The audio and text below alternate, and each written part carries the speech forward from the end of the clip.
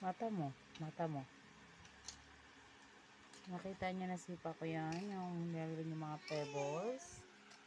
Kaya ayan, binabalik niya. Kinukuha niya yung mga hindi magkakulay. Pagpapare-parehoy niya. Okay na, give mama. I will help you, I will help you.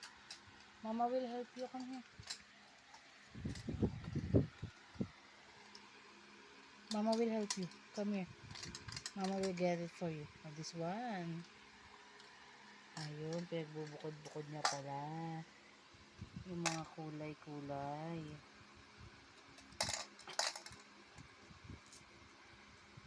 Oo, bubukod na. Hindi niya magkakasama.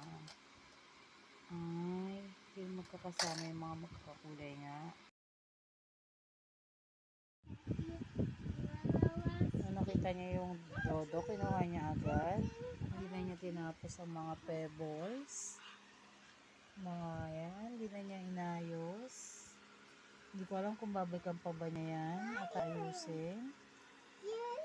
Pero ayan, nakakalat pa rin yung aking nasipa.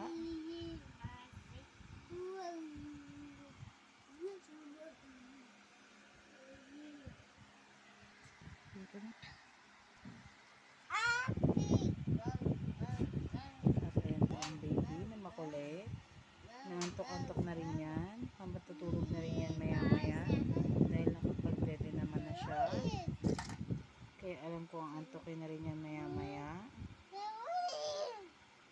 At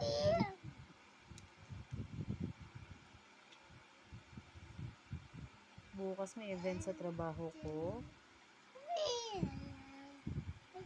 Kaya sana maging successful yung event namin.